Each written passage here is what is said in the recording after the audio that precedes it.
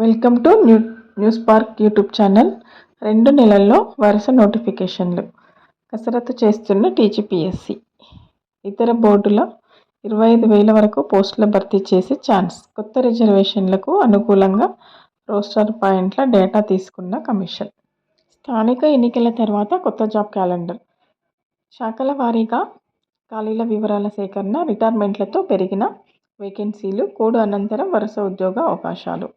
SC వర్గీకరణ చట్టంతో జాప్యం. రాష్ట్ర ప్రభుత్వం 2024-25 సంవత్సరానికి సంబంధించి పెద్ద ఎత్తున ఉద్యోగ భర్తీకి ముందుగానే ప్రణాళిక రూపొందించింది. మొత్తం 20 నోటిఫికేషన్లు జారీ చేసి పలు శాఖల్లో నియామకాలు చేపట్టాలని లక్ష్యం పెట్టుకుంది. అయితే ఆ సమయంలో షెడ్యూల్ కులాల ఉపవర్గీకరణ విషయంలో సుప్రీంకోర్టు తీర్పు రావడంతో కొత్త నోటిఫికేషన్లు నిలిపివేసింది.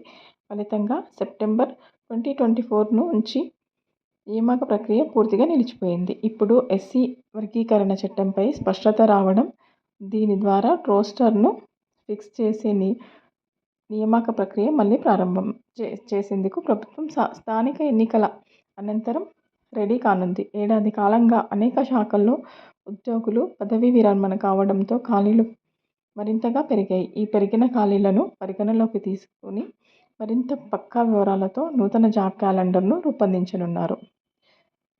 గ్రూప్, పోలీస్, గురుకుల ఉద్యోగాల తర్వాతే. ప్రభుత్వం ప్రకటించిన షెడ్యూల్ ప్రకారం ఏప్రిల్లో పోలీస్ విభాగంలో నియామక ప్రక్రియ మొదలవ్వాలి. మేలో గ్రూప్ 2 నోటిఫికేషన్, జూలైలో గ్రూప్ 3 నోటిఫికేషన్ రావాల్సి ఉంది. అలాగే ఫిబ్రవరిలో షెడ్యూల్ చేసిన ఫారెస్ట్ బీట్ ఆఫీసర్ నోటిఫికేషన్ కూడా వాయిదా పడింది. ఇవన్నీ ఎస్సీ వర్గీకరణ కారణంగా ఆలస్యమయ్యాయి. ఇప్పుడు వీటిని మళ్లీ రీషెడ్యూల్ చేయనున్నారు. అలాగే గురుకుల, సింగరేణి, కాలరీస్, ఇంజనీరింగ్ విభాగాల్లో నియామకాలు కూడా నవంబర్ తర్వాత ప్రకటించే అవకాశం ఉంది. ప్రతి పరీక్ష నిర్వహణకు అటు అఖిల భారత పరీక్ష షెడ్యూల్, ఇటు రాష్ట్రంలోని ఇతర పరీక్షలను సమయాన్ని పరిగణలోకి తీసుకుని షెడ్యూల్ ఖరారు చేయాలి.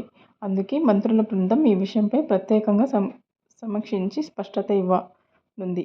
ఎప్పుడు ఏ నోటిఫికేషన్ విడుదల చేయాలి, ఏ పరీక్ష ఎప్పుడు నిర్వహించాలి అన్న దానిపై త్వరలోనే ప్రభుత్వ నిర్ణయం వెలువడనుంది. ఈసారి విడుదలయ్యే నోటిఫికేషన్లలో ఎస్సీ వర్గీకరణ చట్టానికి అనుగుణంగా రిజర్వేషన్లను అమలు చేయనున్నారు.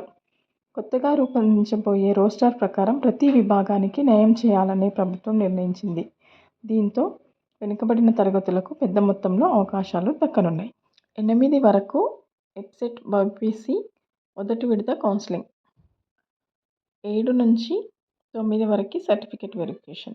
ఇంటర్మీడియట్లో బైపీసీ చదివిన విద్యార్థులు ఎబ్సెట్ 2025 ద్వారా B-pharmacy, pharma-D, biotechnology, biomedical engineering, pharmaceutical engineering కోర్సుల్లో చేరడానికి కౌన్సిలింగ్ను ఆదివారం అక్టోబర్ 5 నుంచి ప్రారంభించారు.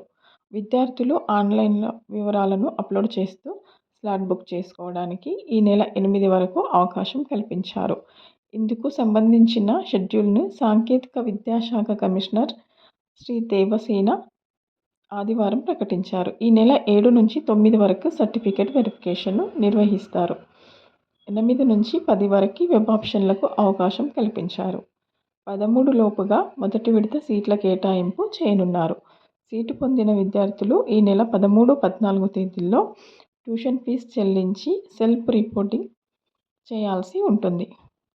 ఫైనల్ ఫేజ్ కౌన్సిలింగ్ అక్టోబర్ 16 నుంచి ప్రారంభం కానుంది. అక్టోబర్ 17న సర్టిఫికేట్ వెరిఫికేషన్ ఉంటుంది. అక్టోబర్ 17, 18 తేదీల్లో వెబ్ ఆప్షన్లకు అవకాశం కల్పించారు. అక్టోబర్ 21లోగా ఫైనల్ ఫేజ్ సీట్ల కేటాయింపు చేపట్టనున్నారు.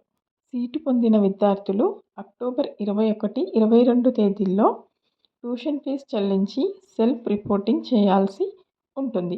అక్టోబర్ 22, 23 తేదీల్లోగా సీట్లు పొందిన విద్యార్థులు నేరుగా కాలేజీల్లో చేరాల్సి ఉంటుంది.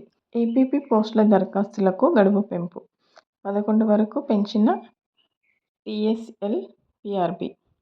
అసిస్టెంట్ పబ్లిక్ ప్రాసిక్యూటర్ ఏపీపీ పోస్టుల భర్తీకి దరఖాస్తు గడువును అక్టోబర్ 11 వరకు పెంచుతూ TSL PRB Telangana state level police recruitment board నిర్ణయం తీసుకుంది.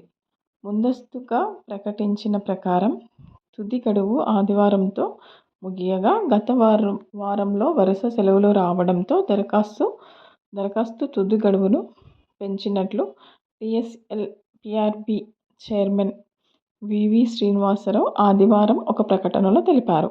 రాష్ట్ర వ్యాప్తంగా 118 ఎంపీపీ పోస్టుల భర్తీకి ప్రభుత్వం ఇటీవల నోటిఫికేషన్ ఇచ్చింది. ఆన్లైన్ దరఖాస్తుల నమోదు కోసం ఇప్పటివరకు బోర్డు వెబ్సైట్లో 7,183 మంది అభ్యర్థులు రిజిస్ట్రేషన్ చేసుకోగా వీరిలో ఆదివారం మధ్యాహ్నం 1 గంట వరకు కేవలం 2,193 మంది 30% మంది మాత్రమే దరఖాస్తు చేసుకున్నట్లు చైర్మన్ శ్రీనివాసరావు వెల్లడించారు. అర్హులైన అభ్యర్థులు ఈ అవకాశాన్ని వినియోగించుకోవాలని ఆయన సూచించారు.